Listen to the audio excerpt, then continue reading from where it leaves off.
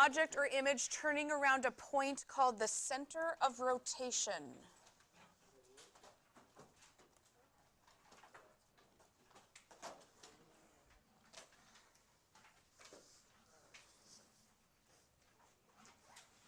Center of rotation. A shape has rotational symmetry when it coincides with itself. What does coincide with itself means? What does it mean to coincide? Have you heard the word before? Never heard the word coincide? So what it means is it becomes its original shape. So it goes back to the original. After rotation of less than 360 degrees. Where would you find the papers? Where have I put them all semester? The number of times a shape coincides with itself during a rotation of 360 degrees is called the order of symmetry.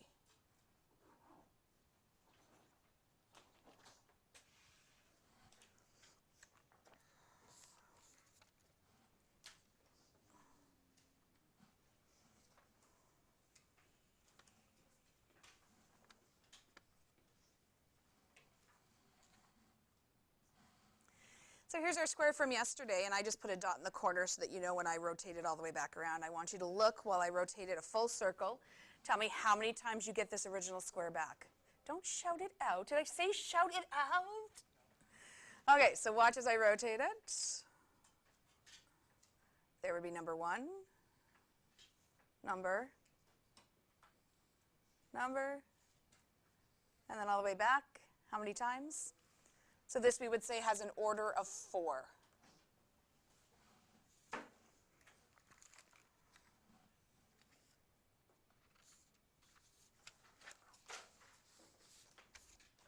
I lost my triangle. Octagon.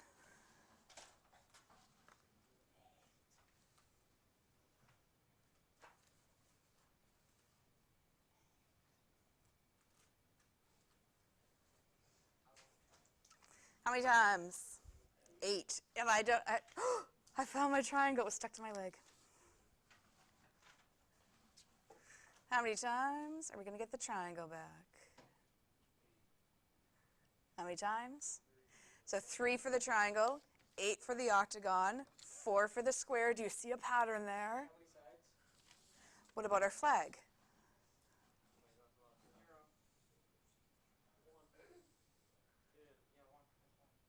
So is that the original flag? Nope. The order is 1. That means it has no rotational symmetry because I didn't get the original shape back less than 360. The amount of degrees it takes for the figure to coincide with itself for the first time is called the angle of rotation.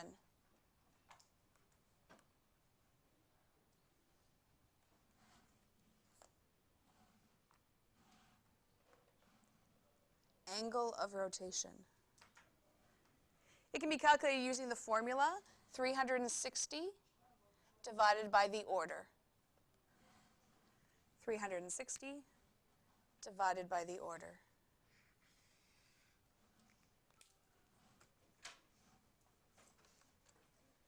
So if we go back up to our square, we can figure out the angle, which should be obvious what it is, by taking 360 and dividing by the order of 4.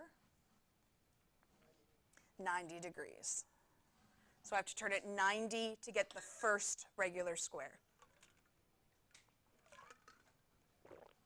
There's all the vocabulary you need to know. You need to know what center of rotation is, order of symmetry, angle of symmetry. Flip.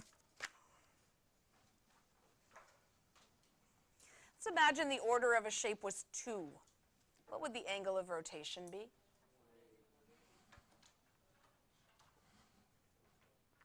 Where's that coming from?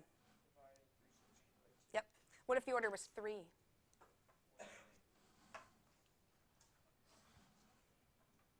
Order of 4 we just did would be 90. Order of 5.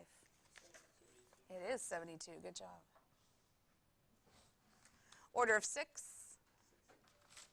Offer of 60.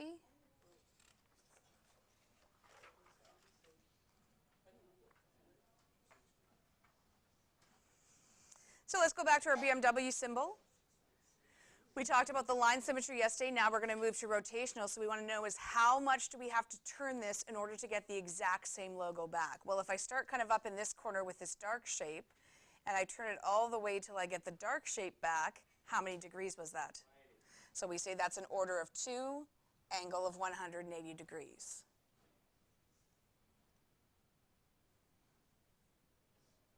Talent, your phone up, please. This is a Benz, Mercedes-Benz. So if I look at the top, I got to turn it to the next point in order to get the same logo back. How many times did I turn it? What would that order be? So the angle would be? Angle would be 120. The order would be 3. This one is Chrysler. I'm guessing on that one. So if I again take the top point, turn it to the next point, what's the order and what's the angle? 5, and 360 divided by 5, we just said was 72.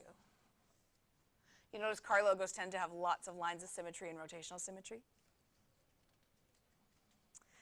Turn and talk with a partner. Do example number 1. So for each of these shapes, figure out the order, figure out the angle, and they go on to the next sheet as well. Okay, so together do example number 1. I said, I'm sensing you're ready. This first one, this funky arrow shape, what's the order? 1, 2. Angle of rotation. The plus sign. 4. Angle of rotation. 90. Awesome. I don't know why I'm writing in yellow. Just happen to be there. What's the symbol called? Yin yang. That's awesome. Order of rotation. So does it have rotational symmetry if the order is 1? So we say no angle of rotation. Because once it's 360, then we say it doesn't have rotational symmetry. What's this figure called? Star. Yep, Star of David. Order? 6. Angle of rotation? Pentagon? And? 72. Anyone know what this shape is called? It's not a diamond. In math, a diamond has 5 sides. It's a kite. It's called a kite. Order of rotation? 1, so we say no rotational symmetry. Questions? Why is that one called a kite? It looks like a kite. I don't fly kites. I don't know this. Don't ask. I don't know. Those are supposed to be bows on the tail, but that didn't work out. You've never seen a kite, like ever. Like you've never seen Mary Poppins. Never. Sad. That's so sad.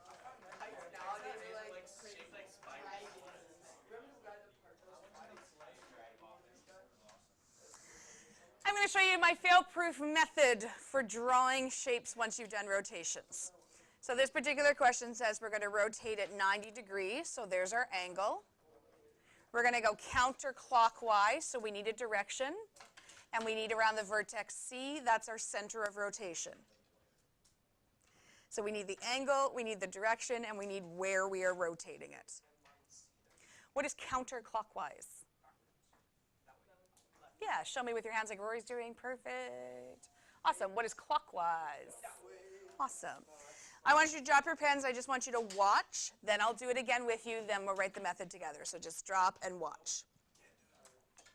Drop them. Drop them. Don't squish my poster paper. So, easiest way I find to do these is number 1, to darken the shape. The darker the lines, the easier it's going to be in a second. So I take my dark marker and I just outline these. And I'm not doing them perfect. You'll see why in a second. And I do the letters a little bit darker because we need those as well. Again, you have dropped your pens and you are just watching, and then I will redo it with you. Now this is a little bit hard to see on my camera. That's why I'll do it with you in a second. But if I press pretty hard, and because I've darkened those lines, I can actually read them. So I'm just going to remark the points and just very casually outline my shape. Okay, that's what the dark marker is for, is just to be able to see it through the paper. Again, if you have really thick paper, this won't work, so you need thin, kind of cheap paper. Then what I do is I put a dot at the center where I'm going to rotate it, and I put a little plus sign, and I want to put an arrow pointing up. And the reason I want to put the arrow pointing up is just as a reference when I do the rotation. Okay, so again, you're still watching. I'll do this with you in a second. I'm going to put my pen on the center of rotation. So because the question said C, I'm putting my pen at C. If the question had said a different letter, I would have put it there. What I'm going to do then is move my paper. What degrees do I want to move it, and what direction do I want to move it? So the arrow is going to go from pointing up to pointing where? That would be 180 pointing down. 90 degrees would be pointing left. So I want to come from the top till I'm pointing it out of the way, pointing to the left. Question so far what I've done. That's what the arrow's for, is just give you a reference point so you know when you've gone the right amount of degrees.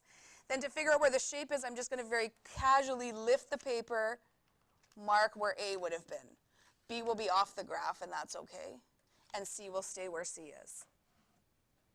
Okay, let's do that together. Darken your lines. Again, if you can see through the paper, you don't need to. That's just the purpose of darkening, is just so you can see it. Throw it out if it doesn't work. Is this recycling or garbage? I would say garbage. Oh. Not basketball. No, I'm terrible at basketball. Once you've darkened your lines, put your paper over top. I don't use a ruler for this because this is just our rough work. So I'm just very quickly just sketching out what I see. We just need it to be rough.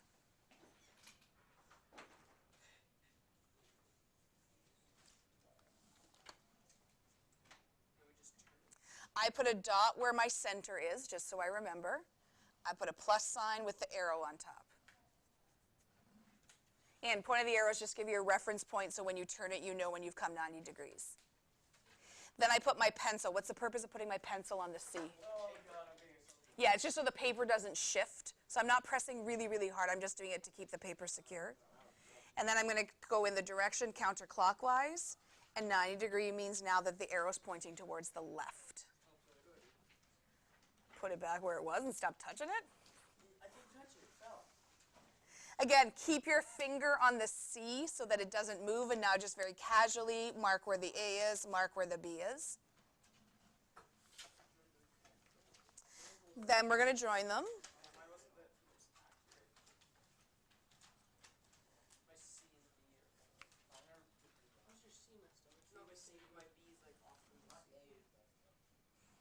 So go back and figure out, is it that you drew this too sloppily, or you didn't turn it enough, or what you ended up doing? So next time, just draw it a little bit more carefully.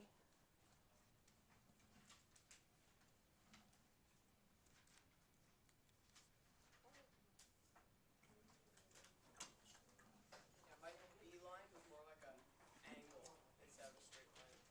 All lines are straight. I don't know, more of an angle. It was a swerve line. It wasn't swerve. It's still straight line. Does everyone understand the steps, what I did? Now the question says label, and we can't use the same letters because sometimes when we're talking about the shapes, we get confused with A. If I said point A, well, which point A? The original point A or the new point A? So the way we name rotations, and I'm going to draw it really big so you can see it, is we take the original letter and we add what's called a prime. It's not an apostrophe, so it doesn't have a head and a tail. It's called a prime. That's an actual figure. It's like a little angled straight line.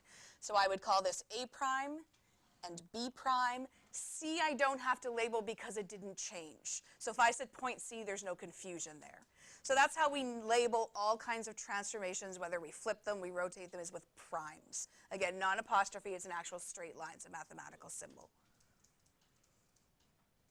The question asked to shade is just because sometimes if you've done this wrong, it's hard to figure out what's the new one and what's the old one. This is just what I mean by shading. It's just so it's really clear which one was the rotation to you. So that is shade and label the image. Let's do the steps together. Step one, what's the first thing that we did? We darkened the line. Do you have to?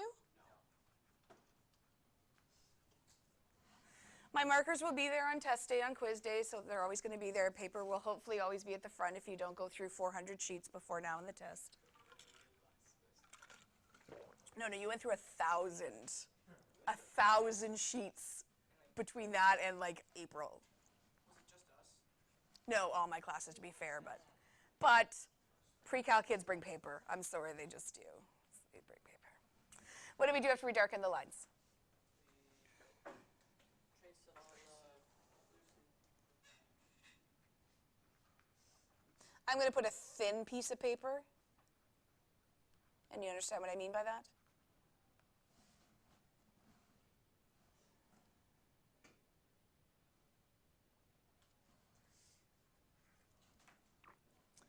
After we traced it, then what did we do?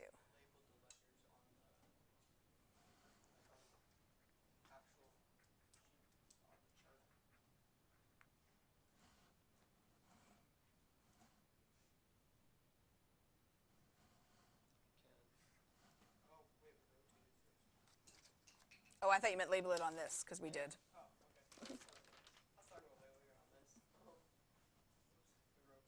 Okay, so we got our thing on paper. We got the things labeled. Before we did that, key piece. Marker on the So on the center of rotation.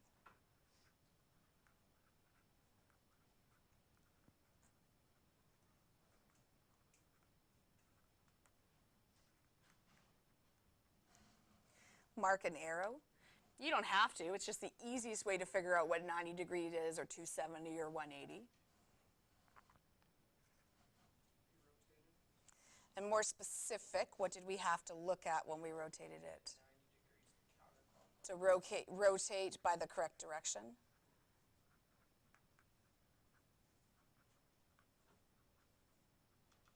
And angle. Rotate by the correct direction and angle.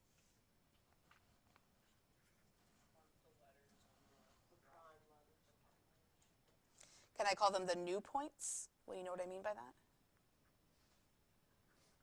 A prime, B prime, etc. And again, the purpose of the primes is just tell the difference. If I said A and they were both A, you'd be like, well, which A? So if I say A prime, then you know which one we're talking about. Not A apostrophe. Yeah. Join the points. If the question asks, yep.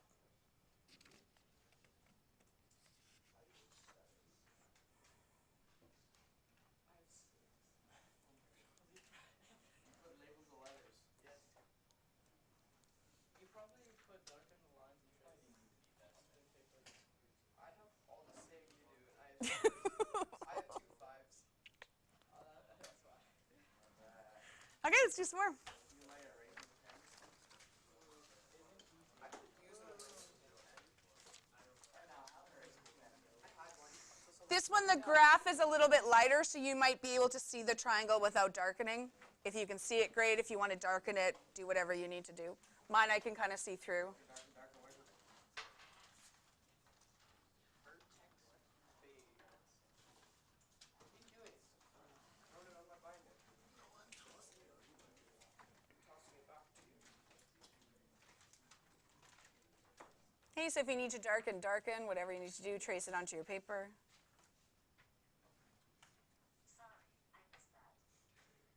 Darken it and then put it on your paper.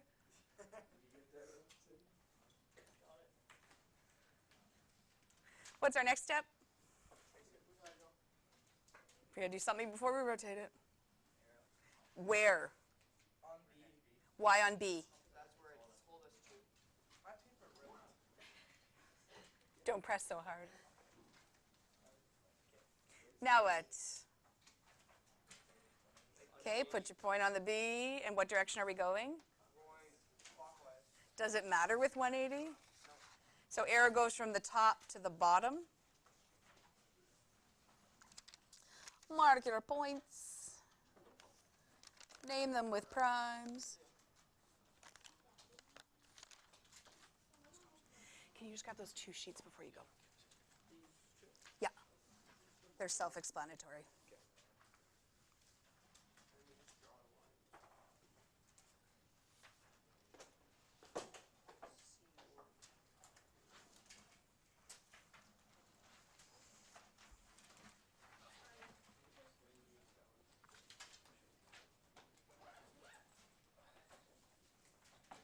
Bye, hockey peeps.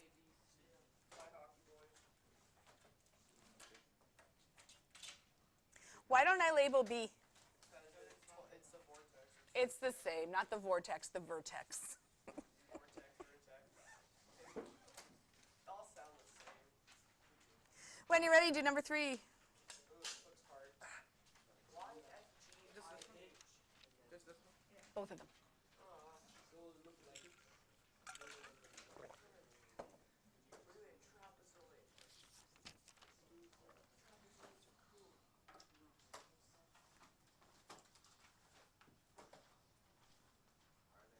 They're very cool.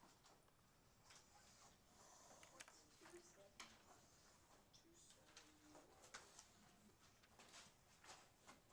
Oh, what's 270? Oh, because it's 4 sides. 270 there is going to go from the top to the, Left. that would be 90. Bottom would be 180 To the right. to the right. So it goes 1 to the right. I gotta draw this one.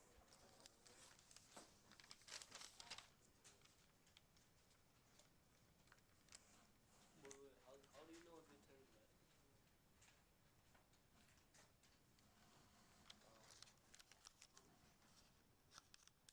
It goes 1 to the right. Moves left. Moves 1 up, up, up. Or you can go 3 to the left. Good. Yep, those are identical.